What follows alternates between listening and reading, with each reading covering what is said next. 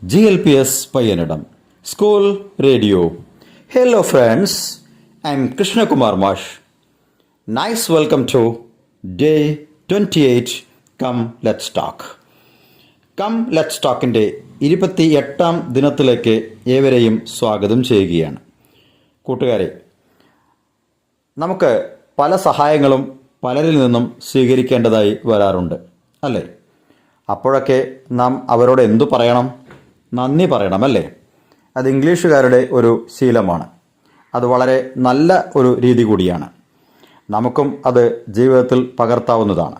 Okay, നിങ്ങൾക്കൊരാൾ ഒരു ഉപകാരം ചെയ്തു തന്നാൽ, നിങ്ങൾക്കൊരു സഹായം കിട്ടിയാൽ സഹായിച്ചയാളോട് ഒരു നന്ദി പറയുക. എന്താണ് പറയാറുള്ളത്? നമ്മൾ സാധാരണയായി താങ്ക്സ് എന്ന് പറയാറുണ്ട് അല്ലേ? അത് നമ്മൾ കേട്ട് പരിചയിച്ച ഒരു പദമാണ്. ഇനി നമുക്ക് എങ്ങനെയെല്ലാം വ്യത്യസ്തമായി നമ്മുടെ മനസ്സിലുള്ള കടപ്പാട്, നന്ദി മറ്റൊരാളെ അറിയിക്കാൻ കഴിയും?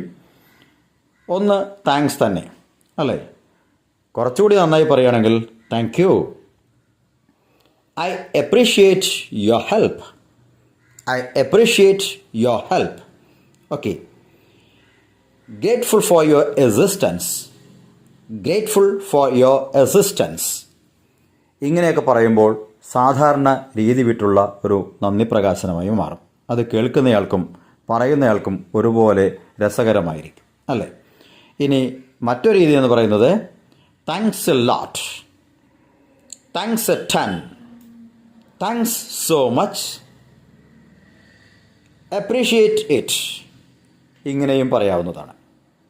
ഓക്കെ, ഇനി വേറൊരു രീതി എന്ന് പറയുന്നത് thank you kindly, I am grateful for your help, you are too kind, you are too kind.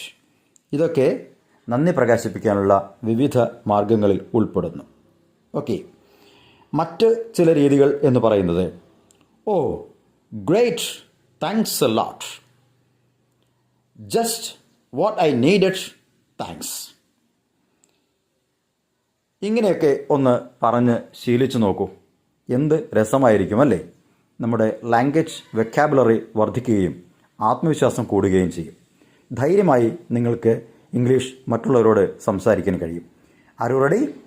Okay, go and express your thanks to everyone. Okay, have a nice day.